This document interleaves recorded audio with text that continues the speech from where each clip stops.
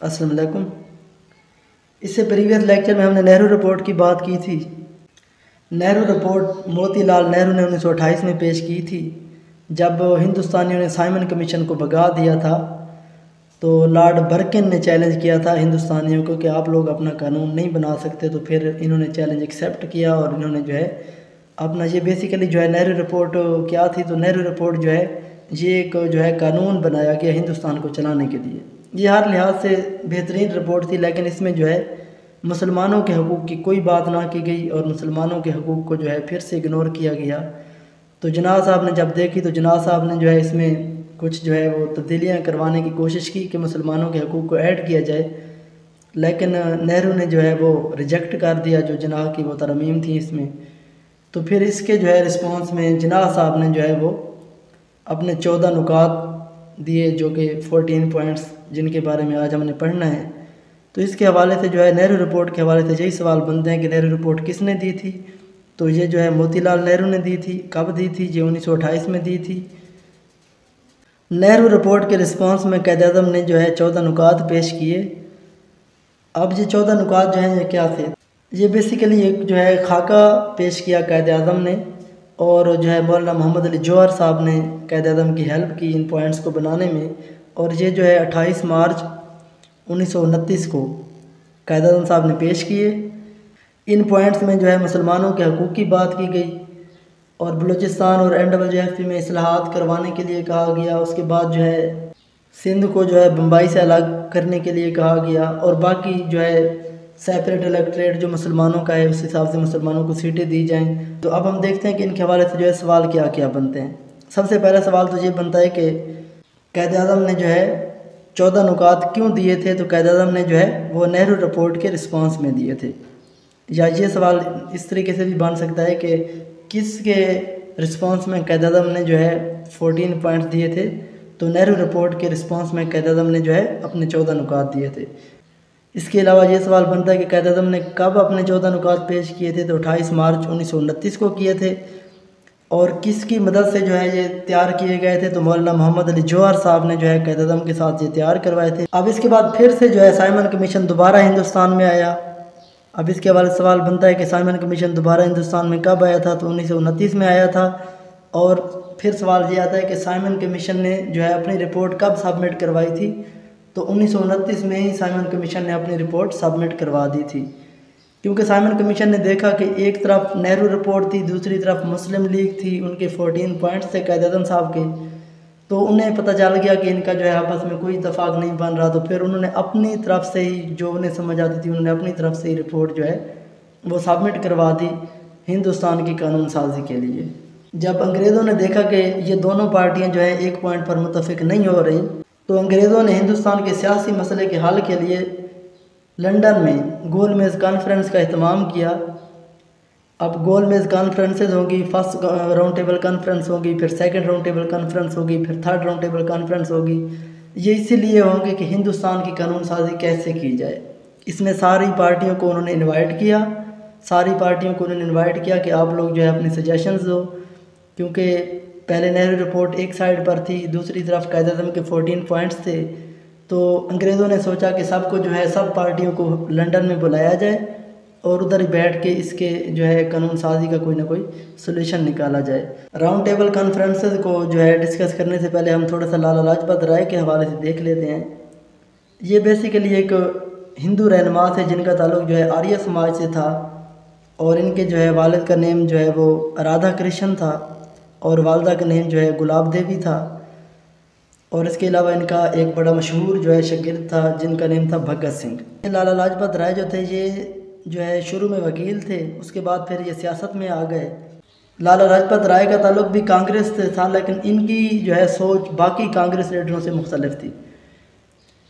इनकी ये सोच थी कि मुसलमान और हिंदू जो है कभी भी इकट्ठे नहीं रह सकते, हमें हिंदुस्तान के मसले के लिए सोचना चाहिए, कोई ना कोई लाएअमल इख्तियार करना चाहिए। और इनका जो है पार्टीशन के हवाले से ये ख्याल था कि हमें हिंदुस्तान को जो है इस तरीके से तकसीम करना चाहिए कि एक साइड जो है वो मुस्लिम इंडिया की बनेगी और दूसरी जो है गैर मुस्लिम इंडिया की बनेगी, क्योंकि इनका ये ख्याल था कि मुसलमान और हिंदू हर लिहाज से एक दूसरे से अलग हैं, तो ये जो है कभी जो है इकट्ठे नहीं रह सकेंगे। तो इन्होंने 1924 में ट्रिब्यून अखबार में जो है हिंदुस्तान की तकसीम के हवाले से जो है अपनी सोच का इजहार किया था। इसके अलावा जब साइमन कमीशन हिंदुस्तान में आया तो उस वक्त कांग्रेस को लाला लाजपत राय लीड कर रहे थे, तो इन्होंने जो है साइमन कमीशन का बाइकाट किया और उसी दौरान ही इनको जो है कत्ल कर दिया गया था 1928 में। लाला लाजपत राय को 1928 में कत्ल कर दिया गया। इनकी जो वालदा थी गुलाब देवी, ये तापदक की मरीज़ा थी और इन्होंने जो है 1927 में वफ़ात पाई। और लाला लाजपत राय ने अपनी वालदा की वफ़ात पर 1927 में गुलाब देवी हॉस्पिटल की बुनियाद रखी, जो कि तापदक के मरीज़ों के लिए है। और उसका फिर बाद में जो है 1934 में गांधी जी ने उसका इफ्तिताह किया था इनकी वफ़ात के बाद। और कायद-ए-आज़म ने भी 1947 में कायद-ए-आज़म और फातिमा जनाब ने भी गुलाब देवी हॉस्पिटल का जो है वो दौरा किया था। अब इनके हवाले से सवाल क्या बनते हैं कि इनके वालिद का क्या नेम था और इनकी वालदा का क्या नेम था, और गुलाब देवी हॉस्पिटल जो है किसने बनवाई थी, कब बनवाई थी, किसने इफ्तिताह किया था, कायद-ए-आज़म ने कब विज़िट किया था गुलाब देवी हॉस्पिटल का, और इनका जो है नज़रिया हिंदुस्तान को तकसीम करने के हवाले से क्या था, और भगत सिंह जो है ये किसका शागिर्द था। और 1928 में जो है इनको जो है कत्ल कर दिया गया था। और उसके बाद इन्होंने एक बुक भी लिखी है जिसका नेम था यंग इंडिया, ये जो है इन्होंने 1916 में लिखी थी। इनकी वफ़ात के बाद इनका जो शागिर्द था भगत सिंह, ये शिद्दत अख्तियार कर गए थे, ये फैसलाबाद का रहने वाला था और इन्होंने जो है हिंदुस्तान असम्बली में 1929 में धमाका करवा दिया। तो फिर इनके ऊपर केस चलाए गए और 23 मार्च 1931 को इनको लाहौर में जो है फांसी दे दी गई थी। अब इनके हवाले से भगत सिंह के हवाले से ये सवाल आते हैं कि इन्होंने हिंदुस्तान असम्बली में जो है कब धमाका करवाया था, तो 1929 में, और इनको जो है फांसी कब दी गई, तो 23 मार्च 1931 में लाहौर में। और ये जो है किसके शागिर्द थे, तो ये जो है लाला लाजपत राय के शागिर्द थे। इसके बाद हम फर्स्ट नोटेबल कॉन्फ्रेंस की बात करेंगे, तो ये जो है 1930 से 31 तक रही थी। इसकी पहली तो डेट याद रखनी है, और दूसरा ये है कि ये कहाँ पर हुई हैं, तो ये तीनों राउंड टेबल कॉन्फ्रेंसेस ये लंदन में हुई हैं। और बाकी इनके हवाले से जो सवाल बनते हैं, क्योंकि दो जो है बड़ी पार्टी हिंदुस्तान की, सबसे बड़ी पार्टी जो है कांग्रेस थी और दूसरे नंबर पे जो है मुस्लिम लीग थी, तो इनके हवाले से भी सवाल बनते हैं कि मुस्लिम लीग की तरफ से कौन कौन गया था राउंड टेबल कॉन्फ्रेंस, फर्स्ट में, सेकंड में, थर्ड में, और कांग्रेस की तरफ से कौन कौन गया था, तो हम उनको देख लेते हैं। जब फर्स्ट राउंड टेबल कॉन्फ्रेंस हुई थी इसमें टोटल जो है 18 नुमाइंदे थे। मुस्लिम लीग की तरफ से जो है जिन्ना साहब गए, मोहम्मद अली जौहर और बेगम सर शाहनवाज, सर आगा खान, शफ़ी मोहम्मद और मौलवी फजल हक, जो ये सारे बंदे जो हैं मुस्लिम लीग की तरफ से गए हैं फर्स्ट राउंड टेबल कॉन्फ्रेंस में। इसके अलावा अगर कांग्रेस को देखा जाए तो कांग्रेस ने जो है फर्स्ट राउंड टेबल कॉन्फ्रेंस में शिरकत ना की। इसके अलावा जो मौलाना मोहम्मद अली जौहर साहब हैं, इनको जो है दिल का दौरा पड़ा उधर ही फर्स्ट राउंड टेबल कॉन्फ्रेंस में ही लंदन में, और ये जो है 4 जनवरी 1931 में वफ़ात पा गए दिल के दौरे की वजह से। और इनको जो है फ़लस्तीन में दफन किया गया, क्योंकि इनकी नसीहत थी कि हिंदुस्तान में मुझे दफन ना किया जाए, क्योंकि हिंदुस्तान जो है वो ग़ुलाम हिंदुस्तान है, तो मुझे इसमें दफन ना किया जाए। तो फिर इनको इनकी नसीहत के मुताबिक जो है फ़लस्तीन में दफन किया गया। कांग्रेस ने जो है फर्स्ट राउंड टेबल कॉन्फ्रेंस में शिरकत ना की, कांग्रेस की तरफ से कोई भी ना किया। तो अब देखते हैं हम कि कांग्रेस की तरफ से क्यों कोई ना किया। तो कांग्रेस के जो सारे लीडर थे वो उस वक्त जेल में थे। अब ये कांग्रेस के लीडर क्यों जेल में थे, तो इन्होंने जो है साल्ट लॉ को जो है ब्रेक किया था। अब ये साल्ट लॉ क्या है इसके बारे में हम देखते हैं, क्योंकि अंग्रेज़ों ने उस वक्त जो है पाबंदी लगाई हुई थी हिंदुस्तान में कि हिंदुस्तान के लोग जो हैं वो समंदर से, जो हिंदुस्तान में समंदर है उसमें से नमक नहीं निकाल सकते, बल्कि वो अंग्रेज़ निकालेंगे और हिंदुस्तान के लोग जो हैं वो अंग्रेज़ों से ख़रीदेंगे। तो गांधी साहब ने क्या किया, गांधी साहब ने 1930 में जो है ये साल्ट लॉ जो उन्होंने बनाया हुआ था, तो इसको ब्रेक किया और एक रैली लेकर गए और इन्होंने जो है नमक निकालना शुरू कर दिया। तो फिर जब अंग्रेज़ों को पता चला तो अंग्रेज़ों ने जो है गांधी साहब को और जितने भी बाकी लोग रैली के थे उन सबों को जो है गिरफ़्तार करके जेल में डाल दिया। तो जब फर्स्ट राउंड टेबल कॉन्फ्रेंस हुई तो उस वक्त जो है कांग्रेस की तरफ से किसी ने शिरकत ना की, क्योंकि कांग्रेस जो है हिंदुस्तान की सबसे बड़ी जमात थी, तो उसकी मौजूदगी के बगैर जो है वो कानून साजी हिंदुस्तान की जो है नहीं हो सकती थी। तो इस वक्त हिंदुस्तान में जो है लॉर्ड इरविन बैठे हुए थे। लॉर्ड इरविन के बारे में हमने पढ़ा था और इनका मैंने आप लोगों को बताया था।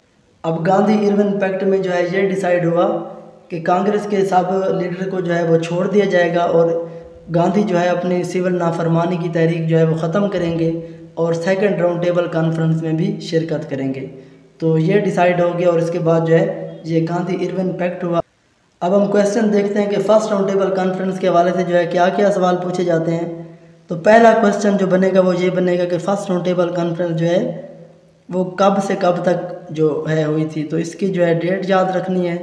और उसके बाद ये सवाल आएगा कि फर्स्ट राउंड टेबल कॉन्फ्रेंस कहाँ पर हुई थी, तो लंदन में हुई थी। फिर ये सवाल बनता है कि फर्स्ट राउंड टेबल कॉन्फ्रेंस में मुस्लिम लीग की तरफ से किस किस ने जो है वो पार्टिसिपेशन की थी, तो ये सब लीडर जो है ये सब के नेम याद रखने हैं। इसके अलावा ये सवाल बनता है कि मौलाना मोहम्मद अली जौहर साहब जो है इनकी वफ़ात जो है कब हुई थी और कहाँ हुई थी, तो इनकी जो है इनको दिल का दौरा पड़ा था और इनको जो है इनकी वफ़ात जो है वो फर्स्ट राउंड टेबल कॉन्फ्रेंस में ही हुई थी, लंदन में हुई थी। और इनको जो है फ़लस्तीन में जो है दफन किया गया। ये सारे सवाल के हवाले से ये बने हैं। इसके अलावा कांग्रेस के हवाले से बनेगा कि कांग्रेस के कौन से लीडरों ने जो है पार्टिसिपेट किया था फर्स्ट राउंड टेबल कॉन्फ्रेंस में, तो कांग्रेस की तरफ से किसी ने पार्टिसिपेट नहीं किया था फर्स्ट राउंड टेबल कॉन्फ्रेंस में। और फिर सवाल बनेगा कि साल्ट लॉ को जो है कब गांधी ने ब्रेक किया था, तो 1930 को।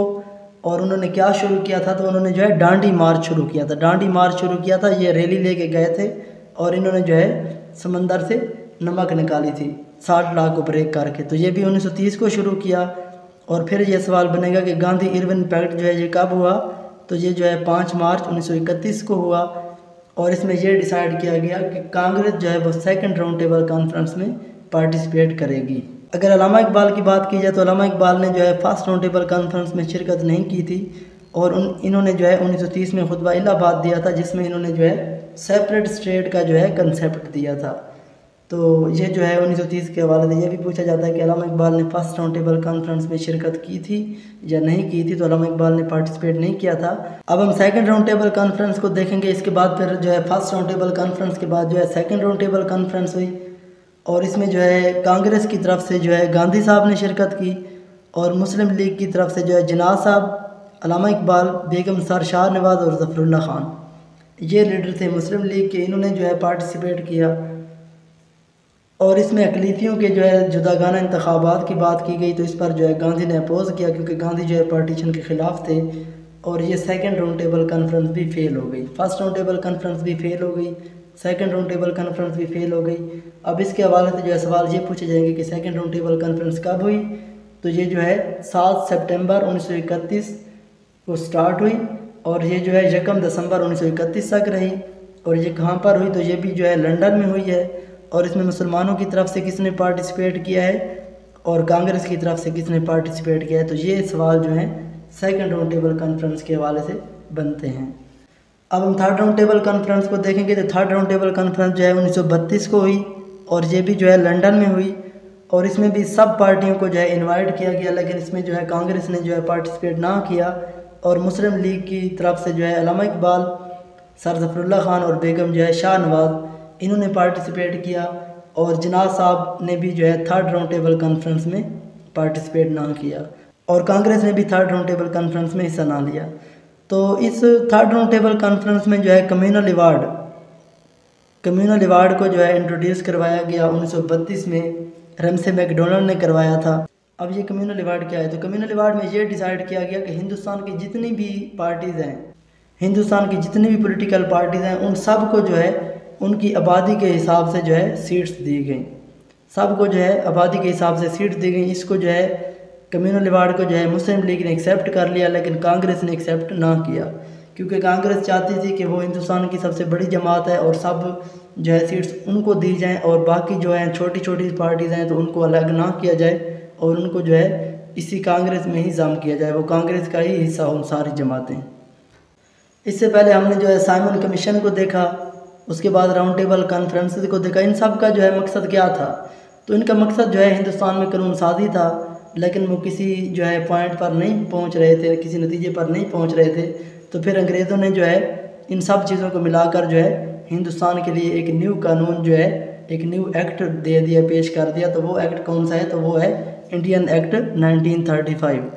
अब इसके तहत जो है फैसले किए जाएंगे। अब इसमें देखा जाएगा कि क्या करना है और हिंदुस्तान में इलेक्शन जो है वो कैसे करवाने हैं। ये सारा सिस्टम जो है इससे आगे जो है देखा जाना। और क़ायद आज़म साहब की बात की जाए तो क़ायद आज़म जो है 1930 से 34 तक क़ायद आज़म ने जो है मुस्लिम लीग को छोड़ दिया था और क़ायद आज़म जो है वो बरतानिया चले गए थे। फिर जो है अल्लामा इकबाल की रिक्वेस्ट पर क़ायद आज़म 1934 में जो है वापस आए और 1934 में इनको दोबारा जो है मुस्लिम लीग का प्रेसिडेंट बना दिया गया और 1934 में ही गांधी ने जो है कांग्रेस को छोड़ दिया। अब इनके हवाले से ये सवाल बनते हैं कि क़ायद आज़म जो है क़ायद आज़म का सेल्फ एग्जाइल पीरियड कौन सा है, तो 1930 से 1934 तक। फिर क़ायद आज़म किसकी रिक्वेस्ट पर वापस आए थे, तो अल्लामा इकबाल की रिक्वेस्ट पर।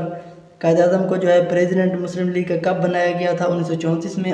और 1934 से 1947 तक अब क़ायद आज़म ही मुस्लिम लीग के प्रेसिडेंट रहेंगे और 1934 में ही गांधी ने जो है वो कांग्रेस को छोड़ दिया। अब इसके बारे से भी सवाल आता है कि गांधी ने कब रिज़ाइन किया था कांग्रेस से, तो गांधी साहब ने जो है 1934 में कांग्रेस से रिज़ाइन कर दिया था। ये सवाल जो है बनते हैं first round table conference, second round table conference, third round table conference के हवाले से। अब ये पूछा जाएगा, अगर राउंड टेबल कॉन्फ्रेंस के हवाले से देखा जाए तो ये पूछा जाएगा कि अल्लामा इकबाल ने जो है कितनी राउंड टेबल कॉन्फ्रेंस में शिरकत की है, तो अल्लामा इकबाल ने 2 राउंड टेबल कॉन्फ्रेंस में शिरकत की है, दूसरी राउंड टेबल कॉन्फ्रेंस और तीसरी राउंड टेबल कॉन्फ्रेंस। और क़ायद आज़म के हवाले से देखा जाए तो क़ायद आज़म ने जो है पहली 2 राउंड टेबल कॉन्फ्रेंस में शिरकत की है। क़ायद आज़म ने तीसरी में शिरकत नहीं की और अल्लामा इकबाल ने पहली में शिरकत नहीं की। और इसके अलावा जो है ज़फ़रुल्लाह ख़ान और बेगम शाह नवाज़, इन्होंने जो है तीनों राउंड टेबल कॉन्फ्रेंस में शिरकत की थी। और ये जो बेगम सर शाह नवाज़ हैं, ये जो है ज़ुल्फ़िकार अली भुट्टो की वालदा थी। इसके बाद हम चौधरी रहमत अली के हवाले से देखते हैं। तो चौधरी रहमत अली साहब ने जो है पाकिस्तान का नेम तजवीज़ किया था। 28 जनवरी 1933 में इन्होंने एक रिसाला जारी किया था नो और नेवर के नेम से। और ये जो है कैम्ब्रिज यूनिवर्सिटी के स्टूडेंट्स थे और इन्होंने जो है 1933 में पाकिस्तान नेशनल मूवमेंट की बुनियाद रखी थी।